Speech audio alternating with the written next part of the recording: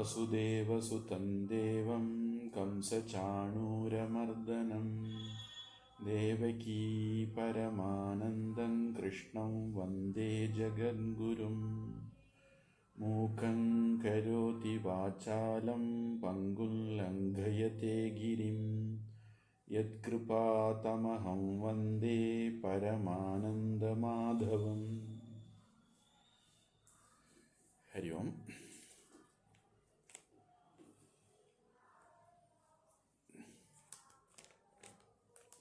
ரெண்டாவது அத்தியாயத்தில்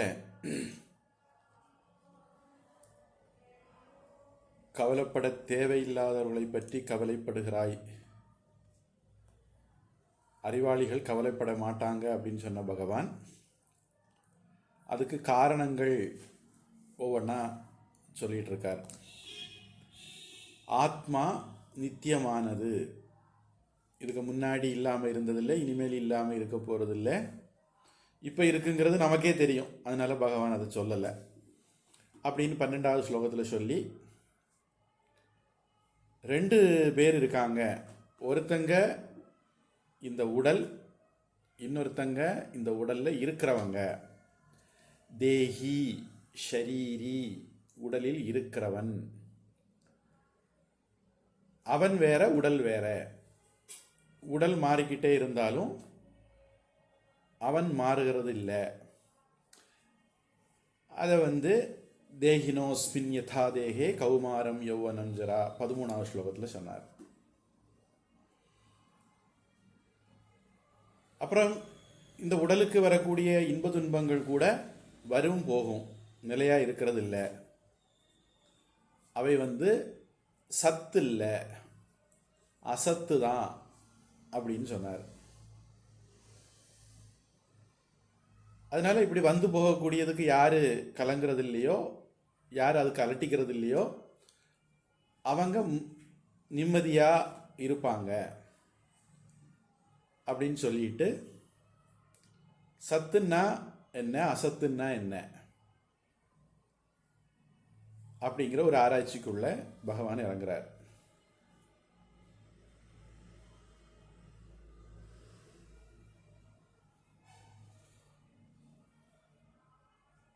சத்து அப்படிங்கிறது 3 காலத்துலேயும் மாறக்கூடாது, 3 காலத்துலேயும் அழியக்கூடாது அப்படின்னு நம்ம சொன்னோம்.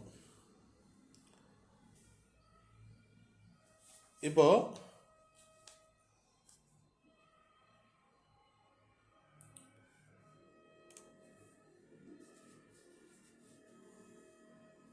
இது என்னது?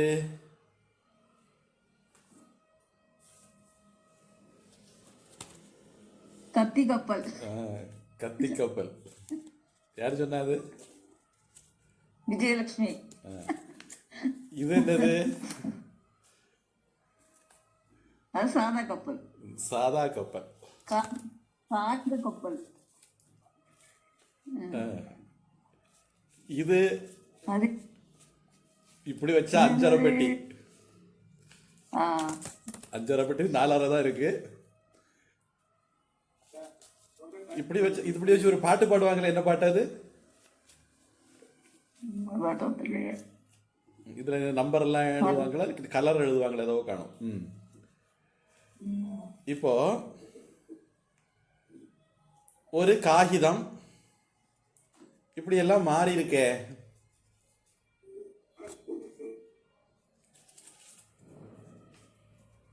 இதுக்கு இடையில சத்தியத்தன்மை எப்படி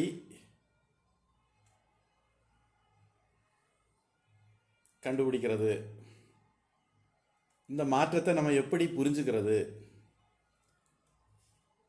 அப்படிங்கிறது தான் நமக்கு இப்போ ஆராய்ச்சி.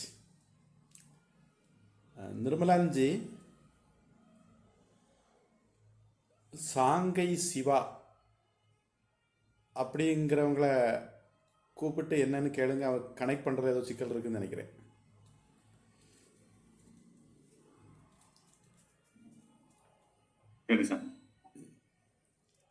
இப்போ உங்களுக்கு தோணும்,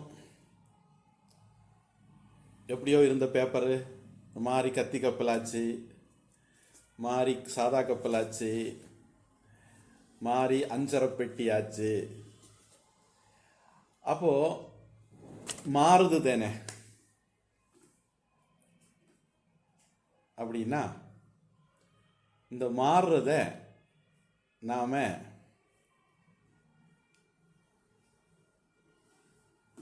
எது ஒன்று தன்னுடைய தன்மையை இழந்து இன்னொரு வடிவம் எடுக்குதோ அது ஒரு வகை. எது ஒன்று தன்னுடைய தன்மையை இழக்காம இன்னொரு வடிவம் எடுக்குதோ அது இன்னொரு வகை.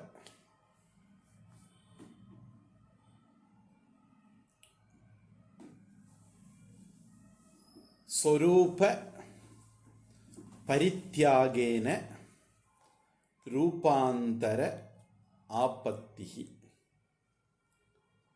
தன்னுடைய தன்மையை இழந்து விட்டு இன்னொரு வடிவத்தை எடுப்பது, அதுக்கு பரிணாமம் அப்படின்னு பேர்.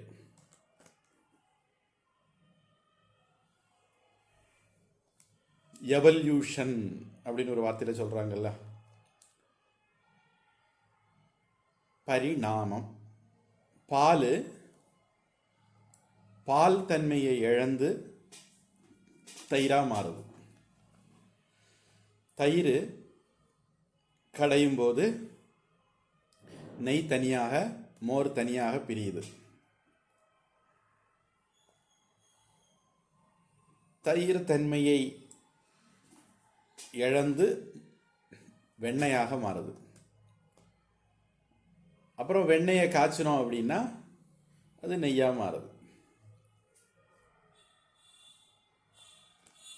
தன்னுடைய தன்மையை இழந்து இன்னொரு வடிவமாக இன்னொரு ரூபமாக மாறுறது ஸ்வரூப பரித்யாகேன ரூப அந்தர ஆபத்திஹி. ஆபத்தினா அடைகிறது.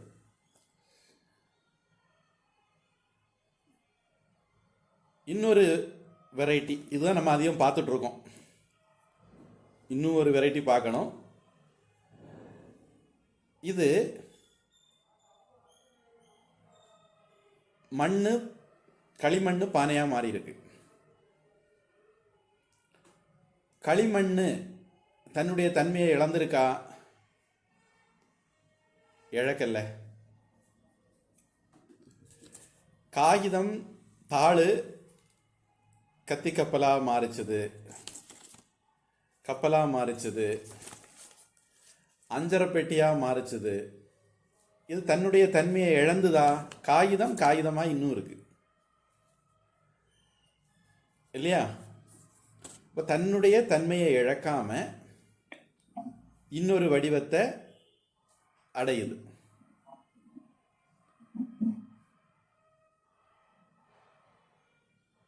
இப்படி ஸ்வரூப அபரித்யாகேன தன்னுடைய தன்மையை இழக்காம ரூப அந்தர ஆபத்திகி இன்னொரு வடிவத்தை எடுக்கிறது. இதில் இன்னும் ஒரு ஏரியா இருக்குது. ரூபம் உள்ள பொருட்கள் இருக்குது, ரூபம் இல்லாத பொருட்களும் இருக்குது. ரூபம் உள்ள பொருட்களாக இருந்தால் தான் கண்ணு கண்டுபிடிக்கும். ரூபம் இல்லாத பொருட்களாக இருந்தால் கண்ணு கண்டுபிடிக்காது. கண்ணுடைய ஏரியாவுக்குள்ளே அது வராது. அது ஒரு ஏரியா இருக்குது.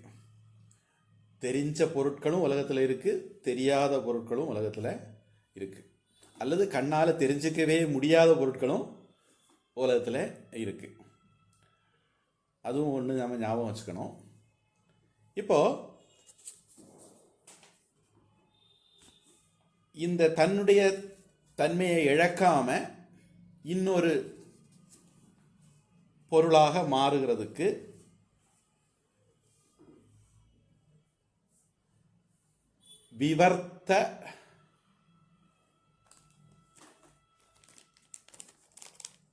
விவர்த்தம் அப்படின்னு பேர்.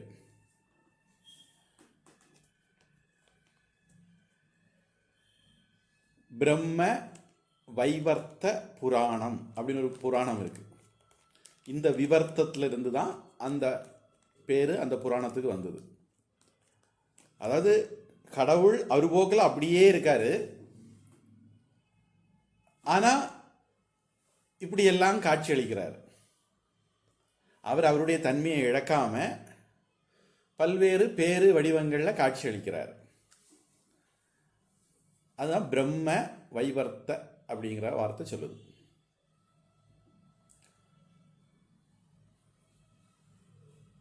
அப்போ இந்த உலகத்தில்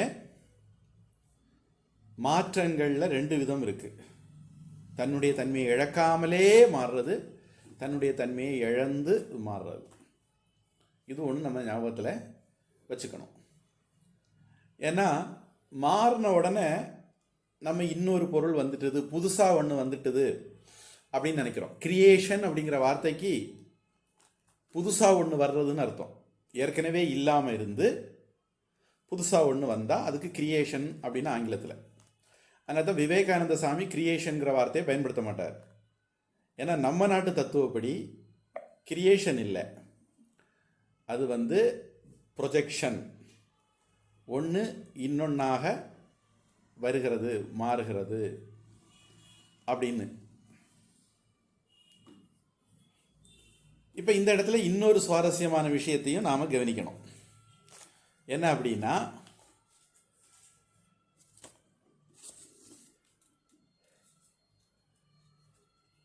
தாள் இது என்னன்னு கேட்டேன். முதல்ல கத்தி கப்பல்னாங்க, அப்புறம் கொஞ்சம் உஷாராகி நம்ம பகவத்கீதை கிளாஸில் இருக்கோம், சாமிகிட்ட ரொம்ப கரெக்டாக பதில் சொல்லணும்னு சொல்லிட்டு உஷாராகி காகித கப்பல் கத்தி கப்பல்னாங்க. அது மாதிரி இது காகித கப்பல், அது மாதிரி இது காகித அஞ்சரப்பெட்டி. அப்போ உங்களுக்கு இது இந்த ப்ராசஸ் வர்றதுக்கு முன்னே பல ஸ்டெப்பு கடந்திருக்கும். இது பண்ணி பார்த்தவங்களுக்கு தெரியும். பல ஸ்டெப்பு கடந்தால் தான் இந்த காகித அஞ்சரப்பெட்டிக்கு வர முடியும். கப்பல் கூட கொஞ்சம் குறைஞ்ச ஸ்டெப்பு போதும். காகித கப்பலுக்கு கூட கிட்டத்தட்ட அதே மாதிரியான ஸ்டெப்பு தான். ஆனால் அஞ்சரப்பெட்டி கொஞ்சம் கூடுதல் ஸ்டெப்பு போகணும். இதை மாதிரி இதை கேமராவாக மாற்றணும்னா, இதை ராஜாராணி கப்பலாக மாற்றணும்னா, அப்போ அந்த ஸ்டெப்பு கூடிக்கிட்டே போகும். இப்படி மூலப்பொருளில் இருந்து பல்வேறு வடிவங்களுக்கு மாறுறதுக்கு இடையில் பல படிகளை கடந்து வரும்போது நம்ம ஏமாந்துடுறோம். என்ன சொல்கிறோம்? காகிதம் நமக்கு அஞ்சரப்பெட்டியாக மாறிடுது, கத்தி கப்பலாக மாறிடுது, சாதாரண கப்பலாக மாறிடுது. இதே மாதிரி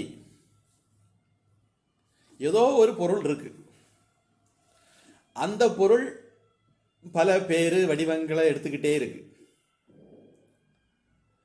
அப்படி எடுத்து வரும்போது நாம இப்ப என்ன சொல்றோம்? இது கத்தி கப்பல், இது பானை, இது அங்கவஸ்திரம் இப்படின்னு சொல்றது மாதிரி அதனுடைய மூலத்தை கோட்டை விட்டுறோம். கொஞ்சம் உஷாரா கவனிச்சோம் அப்படின்னா அதனுடைய மூலம்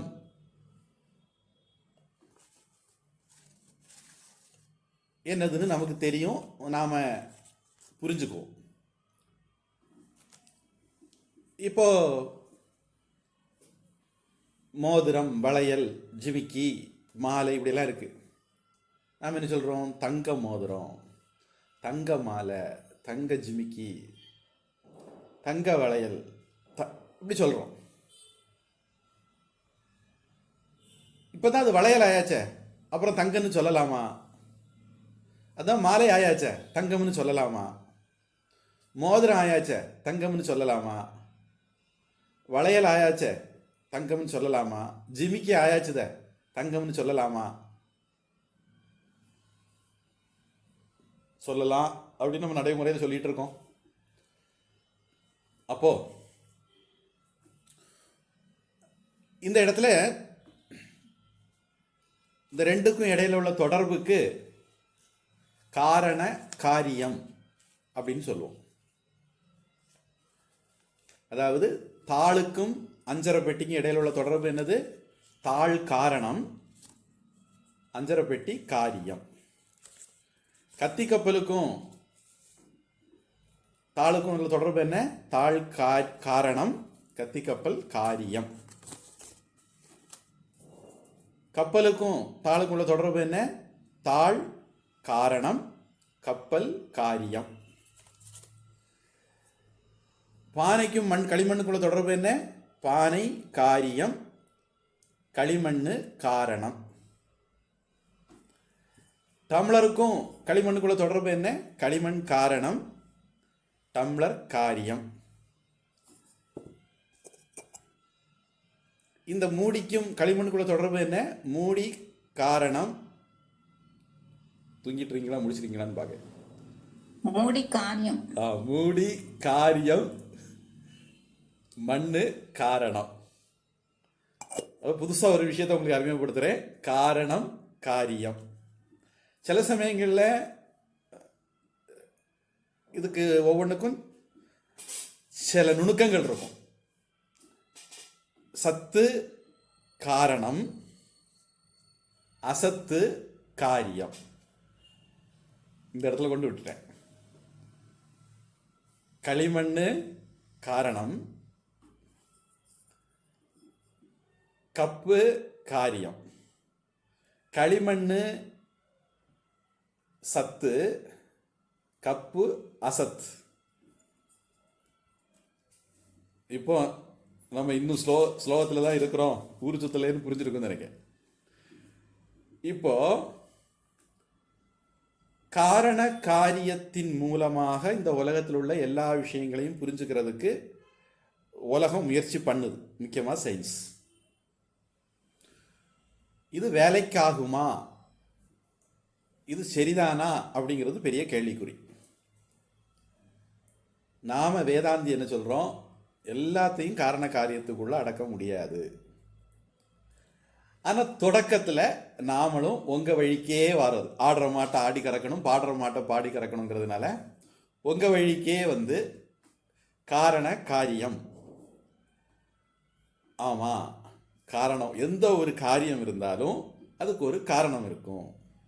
இப்படி ஒவ்வொரு ஒரு உதாரணத்துக்கு கொஞ்சம் ரிவர்ஸ் போவோம். இது வந்து அஞ்சரை பெட்டி. இந்த அஞ்சரை பெட்டியை நான் வந்து இந்த சதுரத்திலிருந்து உருவாக்கினேன். இந்த சதுரத்தை நான்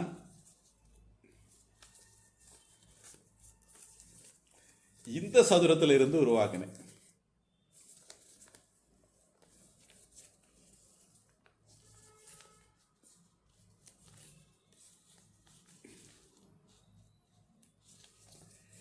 இந்த சதுரத்தை நான் இந்த சதுரத்திலிருந்து உருவாக்கினேன். அப்போ அஞ்சரை பெட்டி அதுக்கு முந்தின ஸ்டேஜில் ஒரு சதுரமாக இருந்தது. அதுக்கு இடையில ஒரு ஸ்டேஜில் செவ்வகமாக இருந்தது, சதுரமாச்சுது. திருப்பி அது முக்கோணமாச்சுது. இப்படி பல ஸ்டேஜுக்கு மாறிச்சு. அப்படி மாறி மாறி அது கடைசியாக அஞ்சரை பெட்டி வடிவத்துக்கு வந்தது. இப்போ இந்த ஸ்டேஜ் எல்லாம்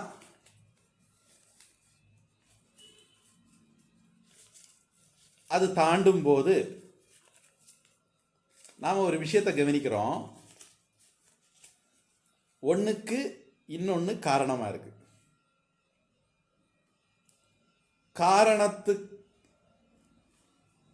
காரணத்துக்கு போயிட்டோம் அப்படின்னா அதுக்கு காரணம் இன்னொன்னா இருக்கு, அதுக்கு காரணம் இன்னொன்னா இருக்கு.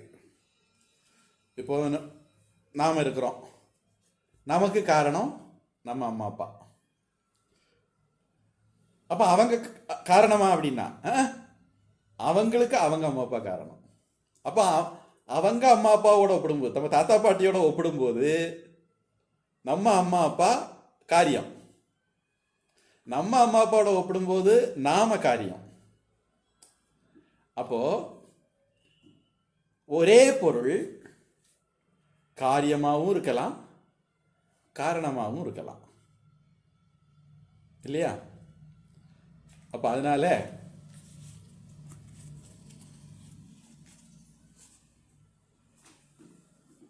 வாகர்த்தாவிவ சம்பிருக்தௌ வாகர்த்த பிரதிபத்தையே ஜகத பிதரௌ வந்தே பார்வதி பரமேஸ்வரௌ.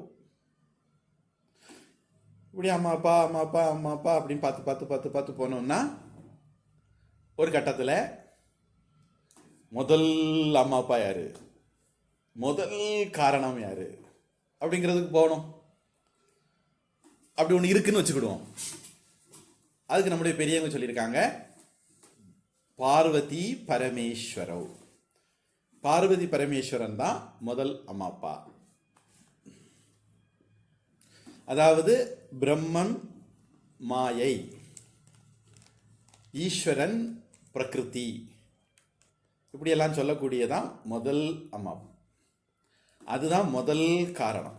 அதுக்கு காரணம் கிடையாது. இல்லை எல்லாத்துக்கும் காரணம் இருக்குல்ல, அதுக்கு என்ன காரணம்? சில பேர் கேட்பாங்க, நமக்கு எல்லாருக்கும் அம்மா அப்பா கடவுள், சரி அம்மா அப்பாவுக்கு கடவுளுக்கு அம்மா அப்பா யாரு அப்படின்னு. இதுக்கு அனவஸ்தா தோஷம்னு பேர். முடிவில்லாமல் போயிட்டே இருக்கும். அது லாஜிக்கலாக சரி வராது. அதனால் எங்கேயோ ஒரு இடத்துல நிறுத்தணும். கடவுள்கிட்ட நம்ம நிறுத்திக்குவோம். கடவுள் யார் எல்லாருக்கும் அம்மா அப்பாவோ, கடவுள்னா யார், அதுக்கு டெஃபினிஷன். யார் எல்லாருக்கும் அம்மா அப்பாவோ, யாருக்கு அம்மா அப்பா கிடையாதோ அவர் தான் கடவுள். சில கோமாளிகள் சரஸ்வதி பூஜை வந்த உடனே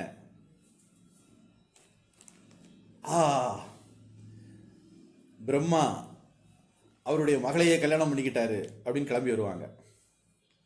இந்த கோமாளிகளுக்கு கதையை பார்க்க இந்த போனால் பெரிய கன்றாவியாக இருக்கும். அது சொரியானா இருந்தாலும் சரி, இல்லை பாலைவனத்துலேருந்து இறக்குமதி ஆனவங்களா இருந்தாலும் சரி. ஆனால் இப்படி கிளம்புவாங்க. நோக்கம் என்னன்னா, நம்ம மண்டையை கழுவலாம் அப்படிங்கிறதான், நம்ம முட்டாளாக இருப்போங்கிற ஒரு நம்பிக்கை தான், நம்ம காதில் பூ வைக்கலாங்கிற ஒரு நம்பிக்கை தான், மொட்டை தலையில் மிளகா அரைக்கலாங்கிற நம்பிக்கை தான். நான் இந்த மாதிரி ஆள்கிட்ட வியாக்கியானம் எல்லாம் சொல்ல மாட்டேன், விளக்கம் எல்லாம் சொல்ல மாட்டேன். ரொம்ப சிம்பிளாக கேட்பேன், நீ எப்படிப்பட்டவன்பா, என்னைக்கு உலகம் தோற்றுச்சுன்னே தெரியாது, எத்தனை கோடி வருஷத்துக்கு முன்னே தெரியாது, சயின்டிஸ்டே இன்னும் கண்டுபிடிக்கல. அப்படி இருக்கும்போது உலகத்தில் முதல் பிரஜையான பிரம்மாவை கண்டுபிடிச்சு, அவருக்கு மகளை கண்டுபிடிச்சு சொல்லிட்டியே, இவ்வளவு திறமை உள்ள உனக்கு இது ஒரு பெரிய விஷயமா இருக்காது. அப்படியே சரஸ்வதிக்கு அம்மா யாருன்னு கண்டுபிடிச்சு சொல்லிட்டேன்னா ரொம்ப சௌரியமா இருக்கும். சரஸ்வதிக்கு அப்பாவை கண்டுபிடிச்சிட்ட, அப்படியே சரஸ்வதிக்கு அம்மாவையும் கண்டுபிடிச்சு சொல்லிடுறேன். விவரங்கெட்ட கூட்டத்துக்கு நம்ம இப்படித்தான் பேசணும். கேட்டா பகுத்தறிவுவாதியும் வாங்க. பகுத்தறிவு கூமுட்டைன்னு அவங்களுக்கு நான் பேர் வச்சிருக்கேன். இதுக்கு ஆபாசம்னு சமஸ்கிருதத்தில் பேர். பகுத்தறிவு மாதிரி இருக்கும், கூமுட்டைனா முட்டை மாதிரி இருக்கும், ஆனால் முட்டையே இருக்காது. அதுக்கு தான் கூமுட்டைன்னு பேர். அது மாதிரி அறிவாளி மாதிரி இருப்பாங்க, ஆனால் அறிவாளியாக இருக்க மாட்டாங்க, முட்டாளாக இருப்பாங்க. அவங்களுக்கு தான் பகுத்தறிவு கூமுட்டைன்னு பேர். அப்போ முதல் காரணம் ஈஸ்வரன் பிரகிருதி. மாயாம் து பிரகிருதிம் வித்யாத் மாயினந்து மகேஸ்வரம். இந்த பிரகிருதி அப்படிங்கிறது இன்னொரு பேரு மாயை. இந்த மாயையிலிருந்து 3 குணங்கள் வந்தது. இந்த டாபிக்கு பகவான் ரொம்ப பின்னாடி டீல் பண்ண போறார். 17வது அத்தியாயத்தில் என்னமோ டீல் பண்ண போகிறாரு. முக்குணங்கள், அதாவது குணத்ரய விபாக யோகம் அப்படின்னு டீல் பண்ண போகிறாரு. இப்போ இங்கே தொட்டு வைக்கிறோம், சரியா? புள்ளி போடுவோம். இப்போ தான் இனி கோலம் பிறகுதான் போடணும், ரோடெல்லாம் பிறகுதான் போடணும். மாயையிலிருந்து இனி இப்போ அடுத்த ஒரு கேள்வி வரக்கூடாது, அதுக்கு முன்னாடியே சொல்லிடுறேன். கடவுள், பிரகிருதி ரெண்டுன்னு சொல்லிட்டீங்களே அப்படின்னா, இப்போ நானும் என் நிழலும் ரெண்டுன்னு சொல்ல முடியுமா? நெருப்பும் அதனுடைய சூடும் அல்லது நெருப்பும் அதனுடைய ஒளியும் ரெண்டுன்னு சொல்ல முடியுமா? ரெண்டு மாதிரி இருக்க ஒன்று. அது மாதிரி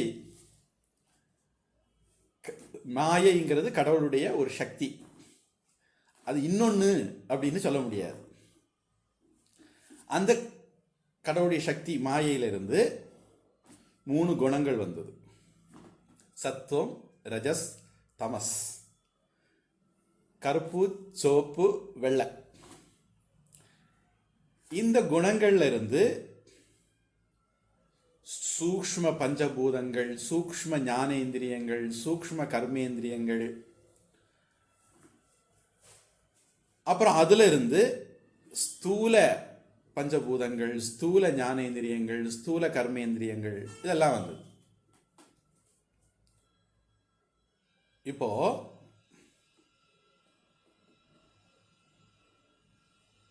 நாம ஒரு விஷயம் ஏற்கனவே ரெடி பண்ணி வச்சிருக்கோம். காரணத்துல இருந்து காரியம் வருது, அந்த காரியமே காரணமாகி அதுல இருந்து காரணம் வரலாம். அப்படி காரணத்திலிருந்து காரியங்கள் காரணங்களாக மாறி பல காரியங்கள் வரலாம். இப்படி வந்தாலும் காரணம் இது என்னது அப்படின்னு கேட்டா தாளு அப்படின்னு காரணத்தை நம்ம சொல்லலாம். யாரும் தப்புன்னு சொல்ல மாட்டாங்க, இல்லையா? இப்ப இது பஞ்சு அப்படின்னு நான் சொன்னா யாரும் தப்புன்னு சொல்ல மாட்டாங்க. அதனுடைய காரியம் பேருக்கு என்னன்னு கேட்டா அங்கவஸ்திரம். இதனுடைய காரணம் எதுன்னு கேட்டா பஞ்சு. இப்போ மாயையிலிருந்து முக்குணங்கள், சூக்ஷ்ம பொருட்கள், ஸ்தூல பொருட்கள் இப்படியே வந்ததுன்னா,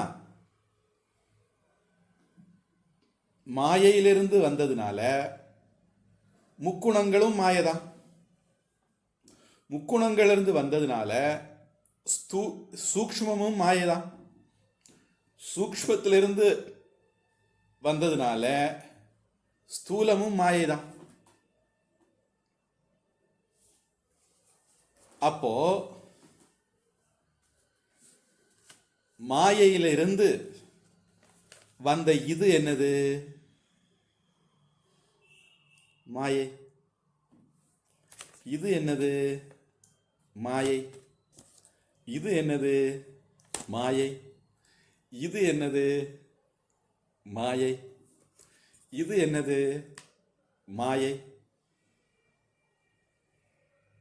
இதுக்கு நாம இன்னொரு பேர் ஏற்கனவே கொடுத்து வச்சிருந்தோம். காரியம் எல்லாம் அசத்து. அப்ப இது என்னது? மாயை அல்லது அசத். இது என்னது? மாயை அல்லது அசத். இது என்னது? மாயை அல்லது அசத். இது என்னது? மாயை அல்லது அசத். இது என்னது?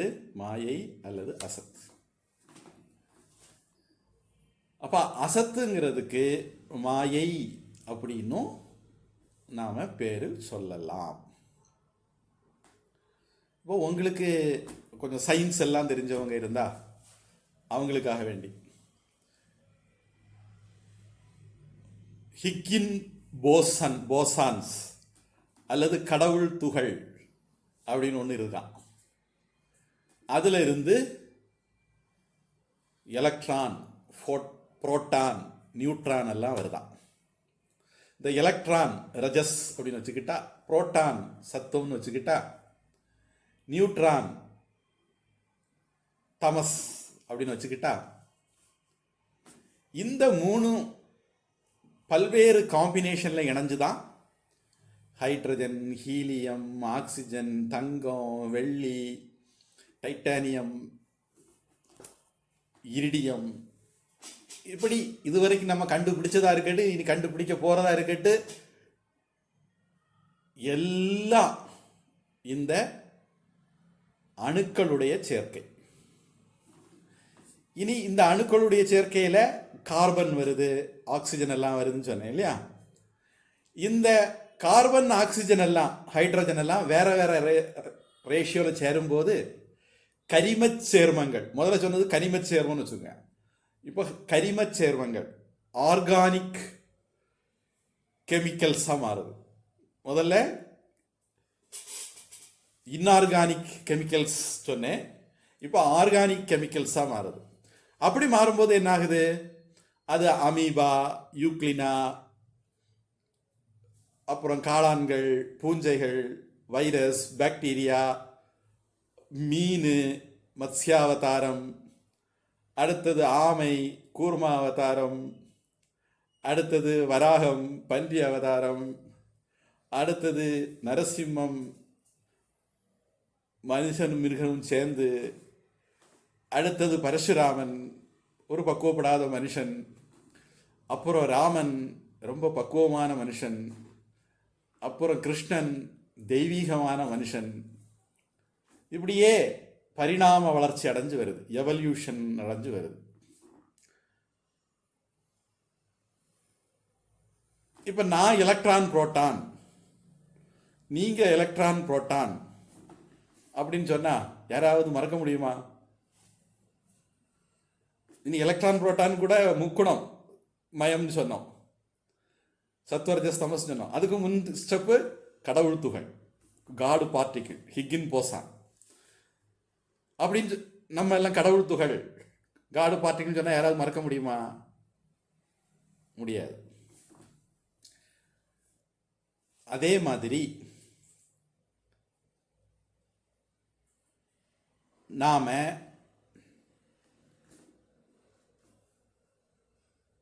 சத், அதனுடைய நிழல் அசத்.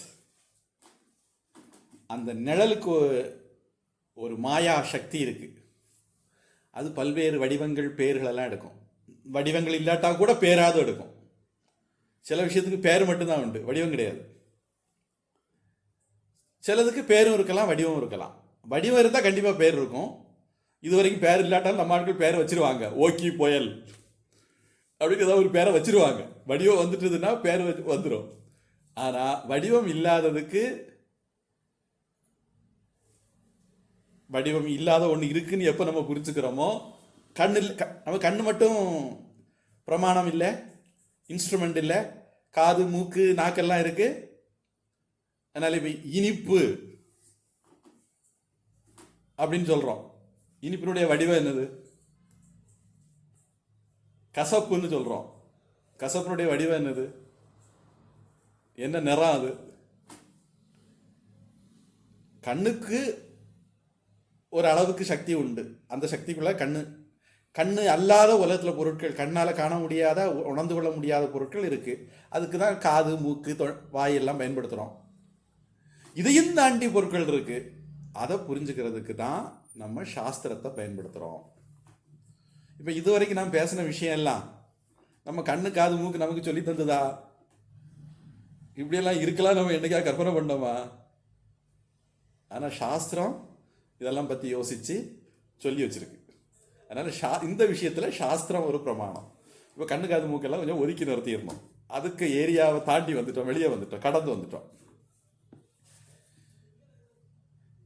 இப்போ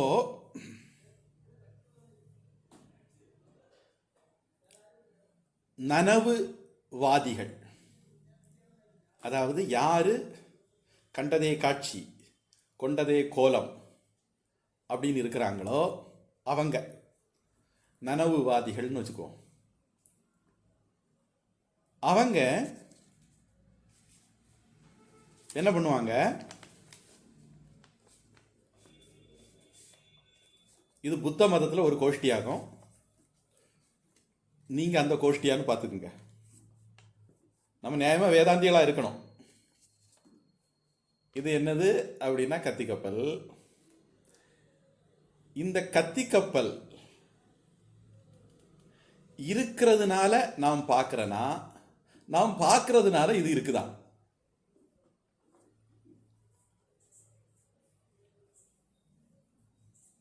இருக்கிறதால பாக்குறோம். இது முதல் ஸ்டெப். இருக்கிறதுனால நம்ம பார்க்குறோம் அப்படின்னு சொல்றாங்க. இந்த புத்த கோஷ்டிகளுக்கு பாஹ்ய பிரத்யக்ஷவாதி அப்படின்னு பேர். நம்ம சாஸ்திரத்துக்கெல்லாம் போகல, இன்னும் மெய்வாய் கண்முச்சவியில் தான் இருக்கோம். பாஹ்ய பிரத்யக்ஷவாதி, அல்லது இன்னொரு விதத்திலையும் சொல்லலாம் சிருஷ்டி திருஷ்டவாதக. அப்படி இருக்கிறது, அதனால நான் பார்க்குறேன். ஆனால் இந்த இடத்துல ஒரு சிக்கல் இருக்கு. இதில் தாள் இருக்குது.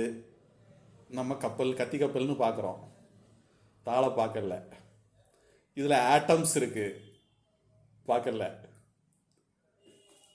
இப்படி இதில் நம்ம நிறைய பார்க்காத நிறைய விஷயங்கள் இருக்கு. ஆனால் அதெல்லாம் இருக்கு அப்படின்னு இன்னைக்கு சயின்ஸ் சொல்லுது, அல்லது குறைஞ்சபட்சம் சயின்ஸ் யூகிக்குது. சயின்ஸும் பார்க்கல, அது வேற கதை. அவங்க யூகிக்கிறாங்க, இப்படி இப்படி இருக்கிறனால இப்படி இப்படி இருந்தால் சௌகரியமா இருக்கும் அப்படின்னு. இப்போ வெளியே பொருள் இருக்கிறதுனால நாம பார்க்கிறோம் அப்படின்னு சொன்னா அவங்க பாஹ்ய பிரத்யக்ஷவாதி. அடுத்தது ஒரு கோஷ்டி, இதுவும் புத்த கோஷ்டி தான், பாஹ்ய அன்மேயவாதி. என்ன அப்படின்னா, வெளியே இருக்கோ இல்லையோ எனக்கு தெரியாது, நான் இருக்குன்னு யூகிக்கிறேன். அப்படி சொன்னா ஏத்துக்கிட முடியுமா? கப்பல் இருக்குன்னு நான் யூகிக்கிறேன், இருக்கா இல்லையான்னு எனக்கு தெரியாது. ஒருவேளை இந்த உதாரணத்தில் உங்களுக்கு புரிஞ்சுக்கிட கஷ்டமா இருக்கும், நல்ல உதாரணத்தை மாற்றுவோம். இந்த உதாரணம் கொஞ்சம் இந்த மாதிரி காங்கிரீட்டா சொல்ல முடியாது, காட்ட முடியாது. ஆனாலும் நீங்க பார்த்துட்டு தான் இருக்கீங்க இந்த உதாரணத்தை. இப்போ உங்க ஸ்கிரீனை நீங்க ஸ்கிரீனா பாக்குறீங்களா இல்ல நானா பாக்குறீங்களா?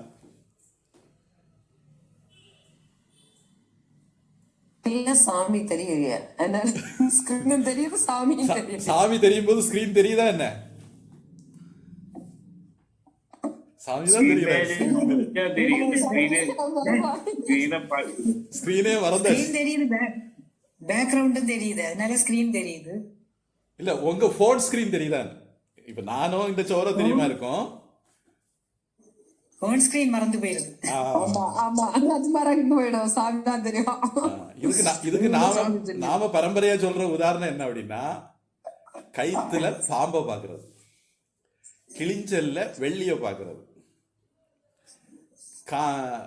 மத்தியான வேலை நடு வெயில்ல ரோட்டுல தார் ரோட்ல தண்ணிய பாக்குறது, கானல் நீர், பாலைவனத்தை பத்தி யாருக்கா தெரிஞ்சிருந்ததுன்னா அவங்க சொல்ற வார்த்தை கானல் நீர், பாலைவனத்துல தண்ணியை பார்க்கறது அப்படின்னு சொல்லுவாங்க. அப்போ இருக்கிறது கயிறு, நாம பாம்பை பார்க்கிறோம். இப்போ இல்ல நான் வெளியே இருந்தது அதைத்தான் பார்த்தேன், நான் பாம்பைத்தான் பார்த்தேன் அப்படின்னு சண்டைக்கு போக முடியுமா?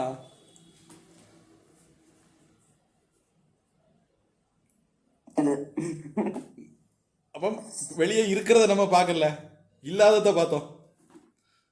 நம்ம பார்க்க நினைச்சதை பார்த்தோம். நமக்கு பாம்பை கண்டா பயம், கயத்தை பார்த்தோம்னா நமக்கு பாம்பு ஓரமா வந்துட்டு பயந்துட்டோம், பாம்பை பார்த்தோம். பாம்புக்கு பயந்த ஆளு கயத்தை பார்த்த உடனே பாம்புன்னு நினைச்சு பயப்படும். பாம்பு பிடிக்காரனா இருந்தா பயப்பட மாட்டான். அவனுக்கு பாம்பா இருந்தாலும் ஒன்றும் பிரச்சனை இல்லை. அப்போ இங்க நாம நினைச்சதை தான் பார்த்தோம். அப்படிதானே இல்லையா? பாம்பை நம்ம நினைச்சோம், பாம்பு இருக்குன்னு நினைச்சோம், பாம்பை பார்த்தோம். அப்போ வெளியே இருக்கிறது ஏன் நாம நினைக்கிற பொருளா இருக்கக்கூடாது? நான் கத்தி கப்பல் நினைச்சேன், அதனால பார்த்தேன். ஏன் அப்படி இருக்கக்கூடாது?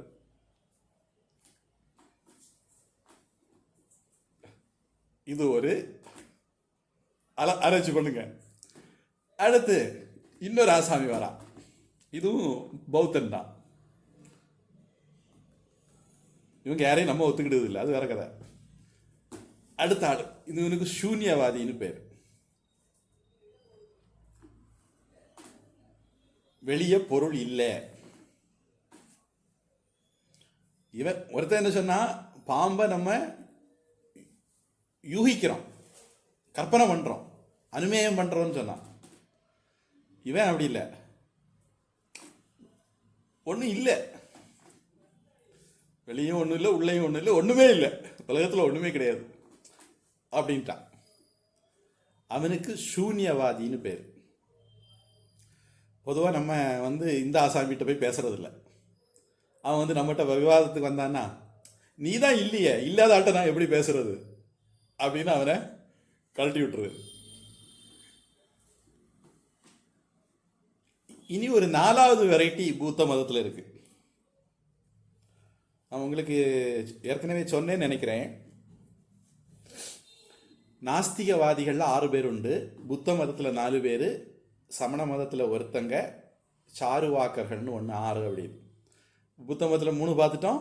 இது 4வது வெரைட்டி. 4வது வெரைட்டி என்ன சொல்லுதுன்னா, இவருக்கு விஞ்ஞானவாதின்னு பேர். அவன் என்ன சொல்றான், இந்த கப்பல்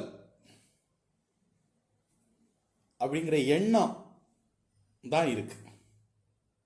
கப்பல்ங்கிறது ஒரு எண்ணம். அது ஒரு விதத்தில் நியாயம் தானே இல்லையா? மலைன்னு பார்க்குறோம், நம்ம மண்டைக்குள்ள மலை இருக்க முடியாது. மலைங்கிற எண்ணம் தான் இருக்க முடியும். சாஃப்ட்வேர் தான் இருக்க முடியும், ஹார்ட்வேர் உள்ள போகாது. அதாவது ஸ்தூல வடிவம் உள்ள போக முடியாது, அதனுடைய ஐடியா தான் உள்ள போக முடியும். அப்போ நம்ம மண்டைக்குள்ள என்னென்னமோ இருக்கு, எல்லாம் ஐடியா ஐடியா ஐடியா எண்ணங்கள். அதனால விஞ்ஞானம் அறிவு தான் இருக்கு. இது கப்பல், கத்தி கப்பல் அப்படிங்கிற அறிவு இங்க இருக்கு. இது அஞ்சரப்பெட்டி அப்படிங்கிற அறிவு இங்க இருக்கு. இது கப்பல் அப்படிங்கிற அறிவு இங்க இருக்கு. அப்போ நாம இங்க பார்க்கிறோமா இங்க பார்க்கிறோமா?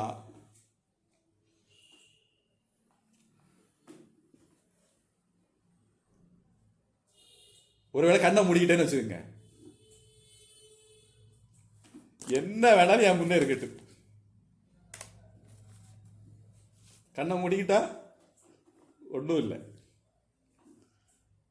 அப்போ நான் பார்க்கறது இங்கேயா? இங்கதான் பார்க்குறேன். அதனால இந்த உலகம் அப்படிங்கிறது முழுக்க முழுக்க எண்ணம் தான். அப்படிங்கிறது அறிவு தான், விஞ்ஞானம் தான். அப்படிங்கிறதுனால அவருக்கு விஞ்ஞானவாதின்னு பேர்.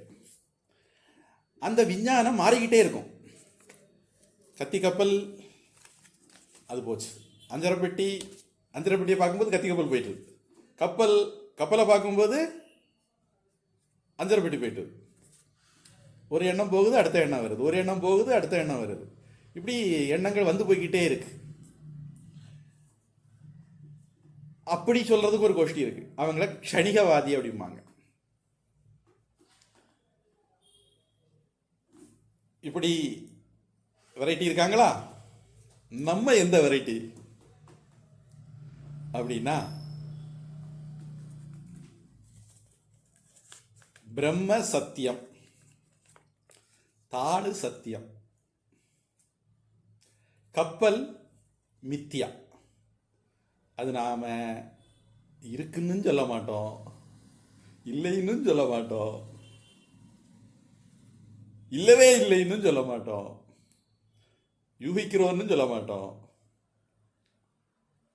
ஜகத் மித்யா, ஜகத் அசத், பிரம்ம சத்தியம், ஜகத் மித்யா. இது நம்ம வேதாந்தி. பிரம்ம சத்தியம், ஜகத்தும் சத்தியம் அப்படின்னு சொன்னா சாங்கியம், யோகம், ஆஸ்திக தர்சனத்தில் 2 பேர். இப்போ இந்த இடத்துல இன்னொரு விஷயத்தை உங்களுக்கு அறிமுகப்படுத்துறேன். பாரமா இந்த உலகத்தில் உண்மை சத்துன்னு சொன்னோம் இல்லையா, இந்த சத்தில் நிறைய ஷேடு இருக்கு. லிப்ஸ்டிக்கில் நிறைய ஷேடு இருக்கிறது மாதிரி. அப்படி சொன்னால் இந்த நவீன காலத்தில் எல்லாருக்கும் சீக்கிரம் புரியும்னு நினச்சி சொன்னேன். உண்மையில் நிறைய ஷேடு இருக்கு. உண்மையான உண்மைக்கு பாரமார்த்திக சத்தியம்னு பேர். அதுதான் நம்ம பிரம்ம சத்தியம் சொல்கிறோம். இந்த நாசத்தோ வித்யதே பாவகளை சத்துன்னு சொல்கிறோம், உண்மையான உண்மை. அடுத்தது வியாவகாரிக உண்மை அப்படின்னு ஒன்று இருக்கு.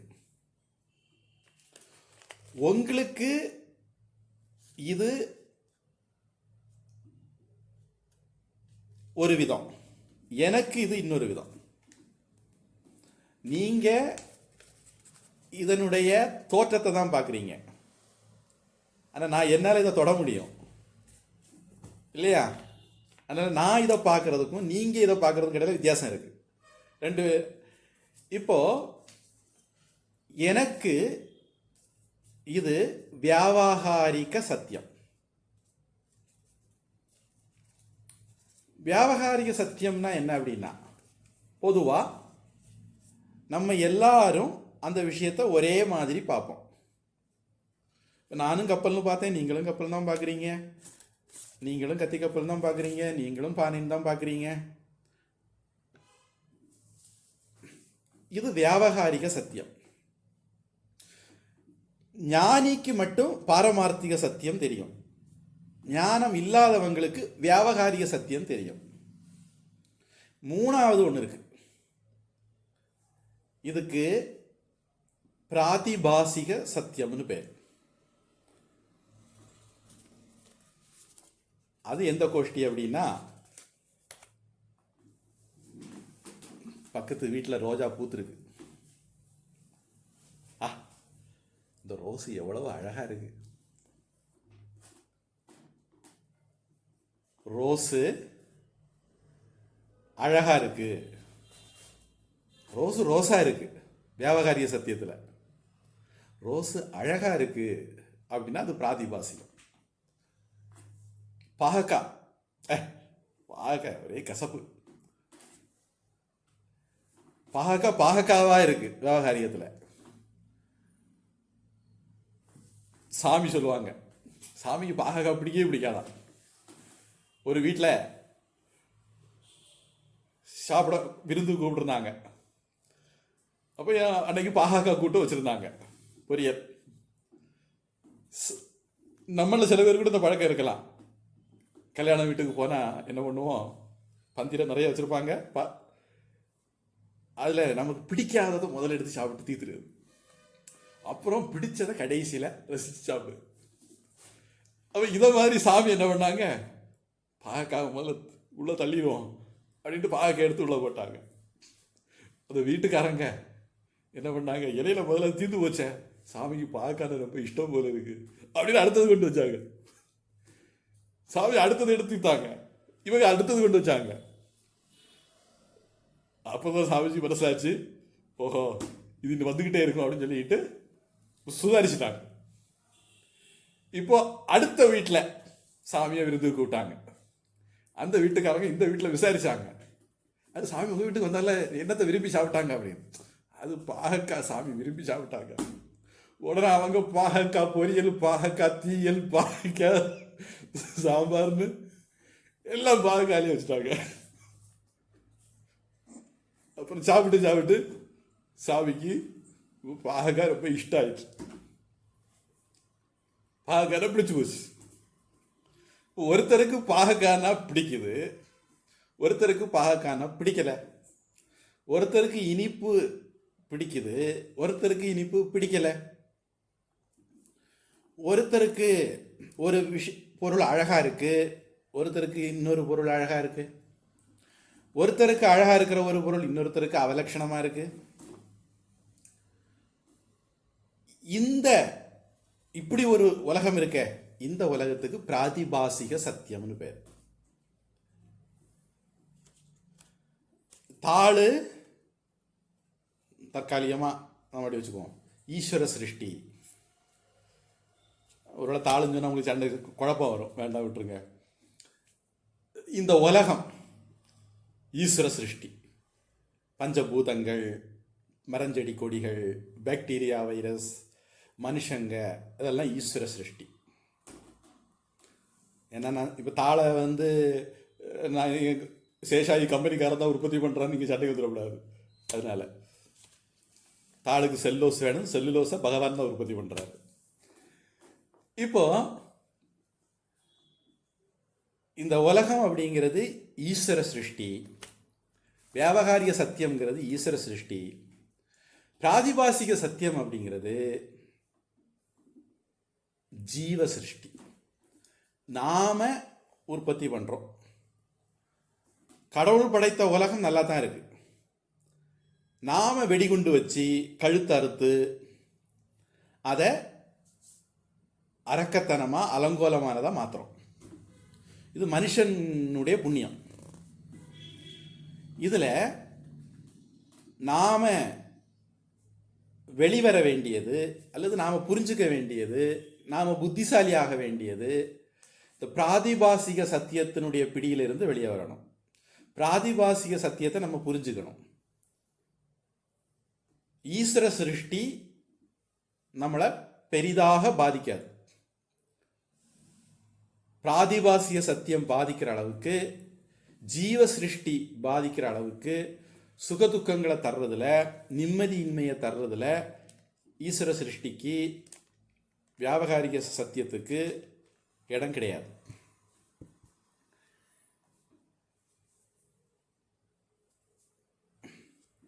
இப்போ சத்தியம் அப்படின்னு ஒன்று பார்த்தோம். அது அல்லாத எல்லாமே நாம் என்ன பண்ண போகிறோம்?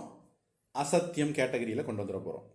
நமக்கு காரண காரியம், எது காரணம் எது காரியம் குழப்பவே வேண்டாம். காரணத்துக்கெல்லாம் காரணம் எதுவோ அது சத்தியம். மீது எல்லாமே காரியம்தான், எல்லாமே அசத்து தான். இந்த இடத்துல சாஸ்திரம் இந்த விஷயத்தை பற்றி பேசும்போது இங்கே பிரத்யக்ஷம் எல்லாம் மூக்க நுழைக்கக்கூடாது. நம்ம 5 இந்திரியங்கள் எல்லாம் குறுக்க வரக்கூடாது. இந்த அசத்து அப்படிங்கிறத நாம மித்யான்னு சொல்லணும்னா சொல்லிக்கலாம், பொய்ன்னு சொல்லணும்னா சொல்லிக்கலாம், மாயான்னு சொல்லணும்னா சொல்லிக்கலாம், தோற்றம்னு சொல்லணும்னா சொல்லிக்கலாம், கனவுன்னு சொல்லணும்னாலும் சொல்லிக்கலாம். கயிற்றுல பாம்பு, காணல் நீர், கிளிஞ்சல்ல வெள்ளி, இது எல்லாமே நம்மளை பொறுத்த வரைக்கும் அசத். அசத்தில் வெரைட்டி இருக்கு, ஆனால் இதுவும் அந்த வெரைட்டியில் ஒரு அசத்து தான். அப்போ காரணம் சத்து, காரியம் அசத். இந்த இதுக்குள்ள இருந்து இன்னும் ஒரு ஸ்டெப்பு போகிறோம். சத்காரியவாதம் அப்படின்னு அதுக்கு பேர். ஏன் அதை சொல்கிறேன் அப்படின்னா, சைவ சித்தாந்தம், சாங்கியம், யோகம், இவங்க எல்லாமே சத்காரியவாதம். நியாயம், வைசேஷிகம், சாருவாக்கர்கள் அல்லது நாஸ்திகர்கள், பௌத்தறிவு கூமுட்டைகள் அப்படி சொல்லுவோம். அப்படி சொல்ல படிச்சுன்னு புரியும். இவங்க எல்லாம் அசத்காரியவாதிகள். கிரியேஷன் அப்படிங்கிறது அசத்காரியவாதம். கிரியேஷனை பற்றி பேசுகிற மதங்களும் அசத்காரியவாத மதங்கள். அசத்காரியவாதம்னா என்ன அப்படின்னா, ஒன்றுமே இல்லை, ஜி பூம்பா அப்படின்னு உடனே ஒன்று வந்துட்டு. இல்லாததுல இருந்து ஒன்று வந்தது அப்படின்னு சொன்னால் அது அசத்காரியவாதம். இருக்கிற ஒன்றுல இருந்து தான் வந்தது அப்படின்னு சொன்னால் அது சத்காரியவாதம். சாங்கியம், யோகம், வேதாந்திகள், நாம் எல்லாரும் வேதாந்திகள் கொஞ்சம் தூரம் வரைக்கும் வருவோம், அப்புறம் நம்ம வேற திசையில் போயிடுவோம், அது வேற கதை. இப்போதைக்கு எல்லாரும் ஈஸியாக புரிஞ்சுக்கிறதுக்காக வேண்டி வேதாந்திகளும் சத்காரியவாதி. இருக்கிற ஒன்றுல இருந்து தான் இன்னும் ஒன்று வர முடியும், இல்லாததுல இருந்து ஒன்று வர முடியாது, வெறும் கை முழம் போட முடியாது. மல்லிச்சரமோ பிச்சிப்பூச்சரமோ ஏதாவது இருந்தால் தானே முழம் போட முடியும். ஒன்றுமே இல்லைன்னா முழம் போட்டு என்ன பண்ணுறது? அதனால இந்த சத்காரியவாதத்தில் ஒரு 2 கிளை வச்சுக்கிட்டா ஒரு பொருள் இன்னொரு பொருளாக மாறுகிறது, அப்படி இந்த உலகத்தில் பொருட்கள் எல்லாம் வருது அப்படின்னு சொல்றவங்க சாங்கியம், யோகம் 2 பேரும். ஒரு பொருள் தன் தன்மையை இழக்காமலேயே இன்னொன்னாக மாறுது, விவர்த்தமாகுது அப்படின்னு சொல்றது வேதாந்திகள். 2 பேரும் சத்காரியவாதி, ஆனால் அவங்களுக்குள்ள இப்படி ஒரு சின்ன வேறுபாடு இருக்கு. இந்த விவர்த்தவாதத்தில் கொஞ்சம் வெரைட்டியும் இருக்கு. ஆபாசவாதம் அப்படின்னு ஒன்று. இது வந்து தமிழ் ஆபாசம் இல்லை, சம்ஸ்கிருத ஆபாசம். உதாரணத்துக்கு உங்கள் ஃபோனில் நான் தெரிகிறேன், என்ன மாதிரி ஒன்று தெரியுது.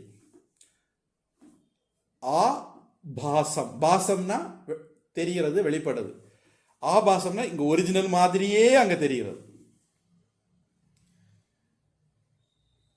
ஒரு தோற்றம், அதுக்கு ஆபாசம்னு பேரு. இன்னொன்று அவச்சேதவாதம். நான் இதுக்கு முன்னாடி ஒரு வகுப்பில் அதை பற்றி லேசாக சொல்லியிருக்கிறேன். ஆகாசம் இதுக்குள்ள துண்டுபட்டது மாதிரி தெரியுது, இந்த அரை ஆகாசத்துக்குள்ள இந்த ஆகாசம் இருக்கிற மாதிரி தெரியுது, பெரிய ஆகாசத்துக்குள்ள இந்த அரை ஆகாசம் இருக்கிற மாதிரி தெரியுது, துண்டு துண்டா ஆகாசங்கள் இருக்கிறது மாதிரி தெரியுது. உண்மையிலே ஆகாசம் அப்படி இல்லை அப்படிங்கிறது அவச்சேதவாதம். பிரதிபிம்பவாதம் அப்படிங்கிறது இப்போ கண்ணாடியில் நம்மளை பார்க்குறோம், நம்முடைய உருவம் தெரியுது, என்னுடைய நான் பிம்பம், என்னுடைய பிரதிபிம்பம், என்னுடைய நகல், காப்பி நான் பார்க்குறேன், அது பிரதிபிம்பவாதம். அப்போ நான் இருந்தால் தான் என்னுடைய பிம்பம் வரும், நான் இருந்தால்தான் நீங்கள் என்ன பார்க்க முடியும். அப்படிங்கிறதுனால இதெல்லாமே சத்காரியவாதம் மாதிரி தான். ஒரு காரணம் இருந்தால் தான் காரியம் இருக்கும் அப்படிங்கிறது அந்த இதுக்குள்ள அடங்கினாலும் அதில் ஒரு சின்ன ஒரு வித்தியாசம் இருக்கு. இதில் வந்து சில பேர் இந்த வித்தியாசங்களை புரிஞ்சுக்கிடாம ஒன்று கொண்டு போட்டு குழப்பி அடிக்கிறதுக்கான வாய்ப்பெல்லாம் உண்டு. எப்படியானாலும் சத்து அதுக்கு அழிவு கிடையாது, அசத்து அப்படிங்கிறதுக்கு இருப்பு கிடையாது.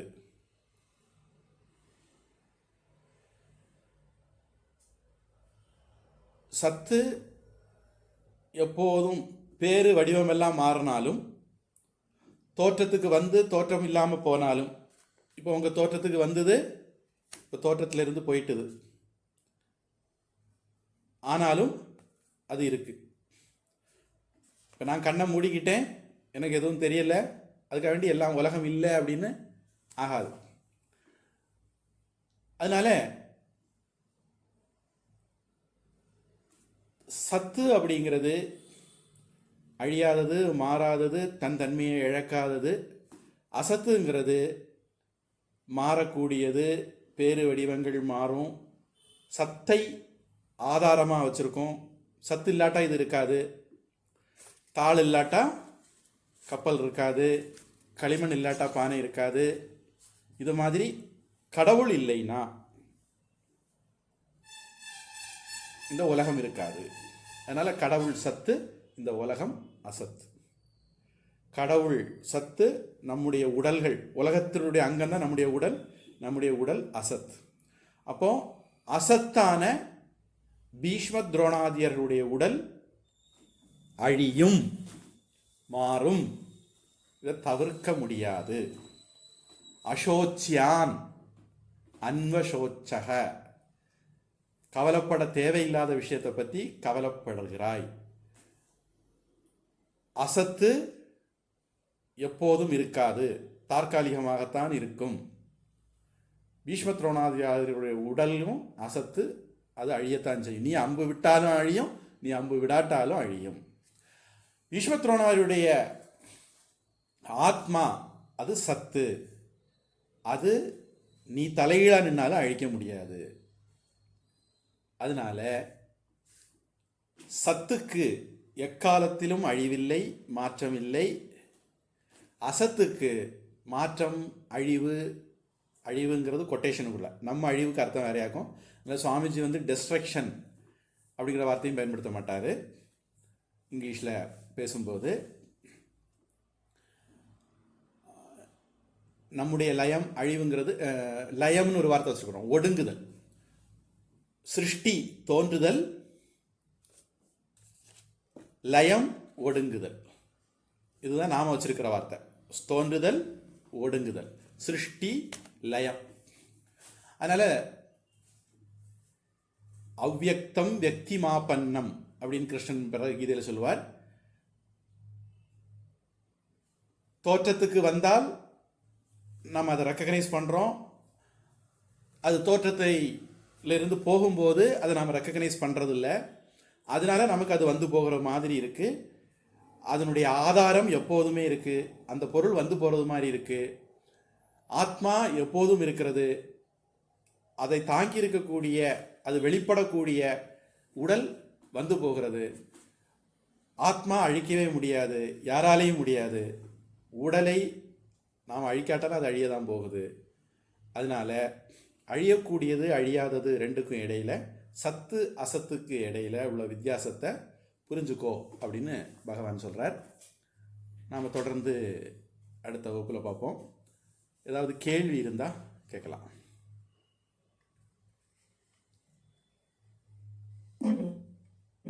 हरि ओम स्वामी. हरि ओम. स्वामी பஞ்சபூதங்களை பற்றி பேசினோம். அதுல ஸ்தூலம் நமக்கு தெரியும். சூக்ஷ்ம பஞ்சபூதங்கள் போது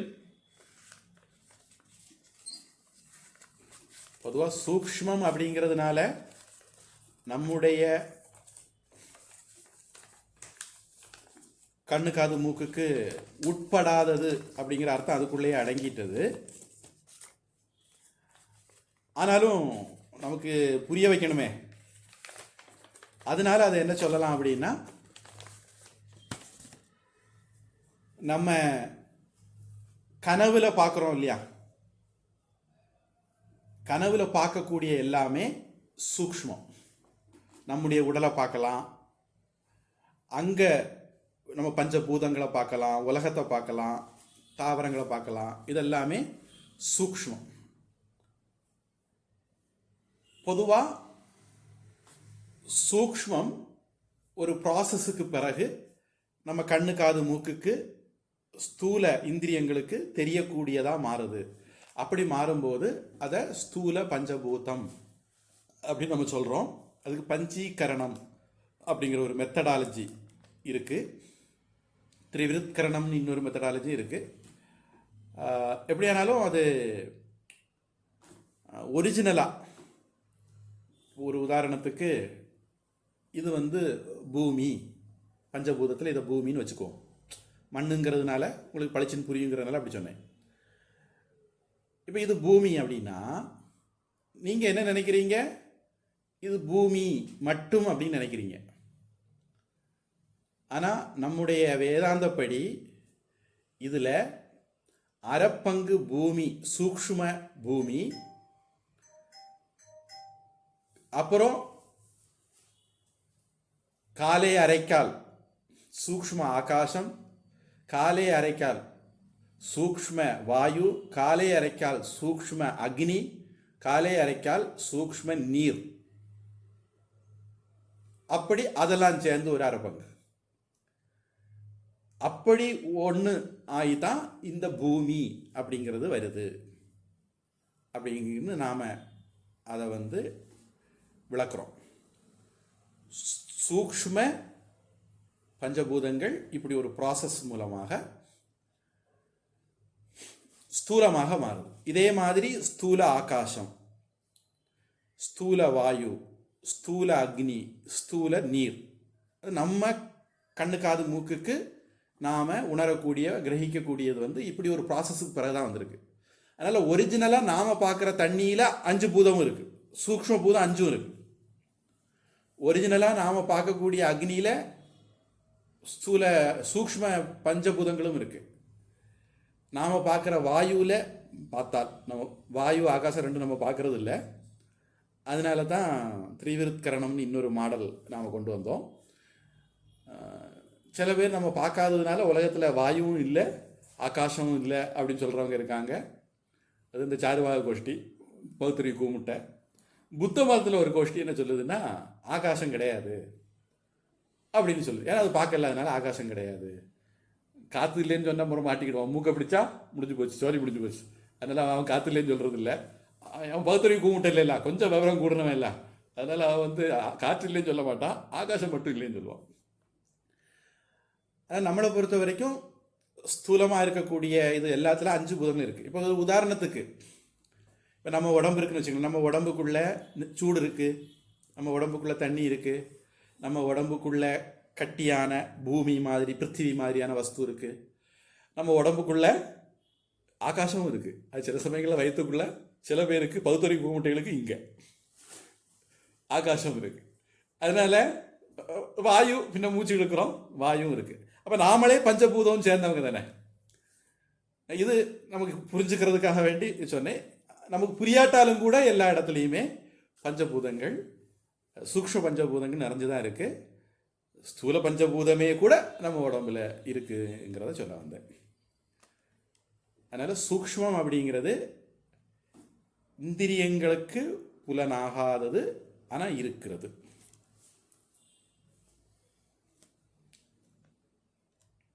இன்னொரு விதமாக சொல்கிறதா இருந்தால் காடு பார்ட்டிகிள் நமக்கு தெரியாது. அது பிறகு நிறைய ப்ராசஸ் ஆகி புரோட்டான் எலக்ட்ரான் நியூட்ரான் ஆகி அப்புறம் அதுவும் பல ப்ராசஸை தாண்டி அப்புறம்தான் நம்ம கண்ணுக்கு தெரியக்கூடிய ஃபார்ம்கள் எல்லாம் உருவாகுது. அது மாதிரி பாக்டீரியா, வைரஸ் தொடக்கத்தில் நம்முடைய கண்ணுக்கு புலனாகக்கூடியது இல்லை. பிறகு அது ஒரு செல் பல செல்லாகி அப்புறம் ஒரு ஸ்டேஜுக்கு பிறகு தான் நம்ம கண்ணுக்கு புலனாகக்கூடிய உயிர்கள் வருது. இதே மாதிரி சூக்ஷ்மத்திலிருந்து சூக்ஷ்மத்தினுடைய சேர்க்கையினால் ஸ்தூலம் வருது அப்படின்னு நம்ம ஒரு மெத்தடாலஜி வச்சுருக்குறோம். நமக்கு வேதாந்தியில் பொறுத்தவரை இந்த மெத்தடாலஜியெல்லாம் வெறுமனே மெத்தடாலஜி. நமக்கு அதை புரிஞ்சுக்கிட வேண்டிய தாத்பரியத்தை புரிய வைக்கிறதுக்கு நம்ம இந்த மெத்தடாலஜி வச்சுருக்குறோம். நமக்கு மெத்தடாலஜி முக்கியம் இல்லை. சயின்டிஸ்ட்டை மாதிரி நாம் மெத்தடாலஜியை தொங்கிட்டு இருக்க மாட்டோம். மெத்தடாலஜி நம்ம ஒரு இடத்துக்கு கூட்டிகிட்டு போகுது, ஒரு சத்தியத்தை பார்த்து உண்மையை பார்த்து கூட்டிகிட்டு போகுது. அந்த உண்மை சத்தியம் நமக்கு முக்கியம். மெத்தடாலஜி இது பிடிக்கல அப்படின்னா யாராவது புது மெத்தடாலஜி இதோட பெட்டர் மெத்தடாலஜி கொண்டு வரலாம். நமக்கு அதில் ஆக்ஷேபனை இல்லை. சத்தியம் ஒன்று இருக்குது, சத்தியம் ஒன்று தான். சத்தியம் ஒன்று இருக்குன்னு இல்லை, சத்தியம் ஒன்று தான். ஏகம் சத்து, ஏக்கமேவ அத்விதீயம். இதுதான் நம்ம அடைய வேண்டிய கோல். இதை அடைய வைக்கிறதுக்கு நாம் பலவிதமான முறைகளை பயன்படுத்துகிறோம். இப்போ நாம்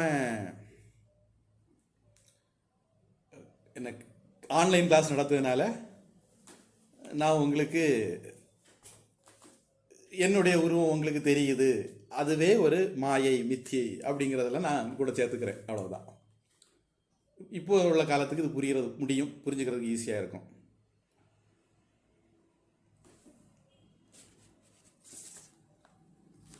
இங்கிலீஷில் கூட காங்கிரீட் நவுன் ஆப்ஸ்ட்ராக்ட் நவுன்னு சொல்லுவாங்க.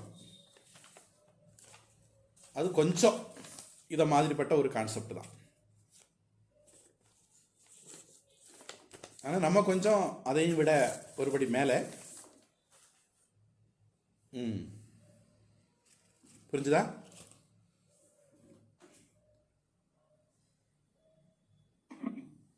சாமிஜி தேங்க்யூ. ஹரி ஓம். வேற யாருக்காவது கேள்வி?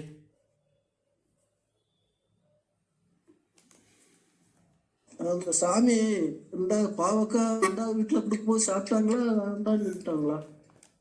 ரெண்டாவது வீட்டில் சாப்பிட்டு, மூணாவது வீட்டில் சாப்பிட்டு, அப்புறம் வரிசையாக சாப்பிட்டு சாமிக்கு பாவக்கார பிடிச்சு போச்சு. அப்படியா? பழகிட்டாங்களா? சரி. பழகிட்டாங்க. ஓ, அப்பியாசம் வந்து பழகிட்டாங்க. ஆமா. சரி. என்னது நம்ம சாமி தானா? நம்ம சாமி தானா? பூஜ்ய சாமிஜி சொல்லுவாங்க. பூஜ்ய சாமி ஓ, சரி, சில சமயங்கள்ல உண்மையும் சொல்லுவாங்க, சில சமயங்கள்ல கதை அடிச்சு விடுவாங்க. சரி. இல்ல, சரி சரி சரி. அது ஒரிஜினலா டூப்ளிகேட்டா நான் மதுரான் சாமி நினைச்சிட்டேன். சரி. பூஜ்ய சாமிஜி. சரி சரி. சாமி வேதாந்தா கிளாஸ் அதிகமா நம்ம கூமுட்டைகளை பத்தி தான் ஜெபம் பண்ண மாதிரி இருக்கு. என்ன அவங்களுக்கு மத்தியில எல்லாம் வாழ்றோம். அதனால சரி சரி. அந்த மாடல் ஆட்சியில எல்லாம் இருக்கும். இன்னும் சாமிக்கு பாதுகாப்பு கொடுக்கணும்னு நினைக்கிறேன். சரி. நானும் அதை தான் நினைக்கிறேன். ஆமா. சரி, சந்தோஷம். வேற கேள்வி இருக்கா?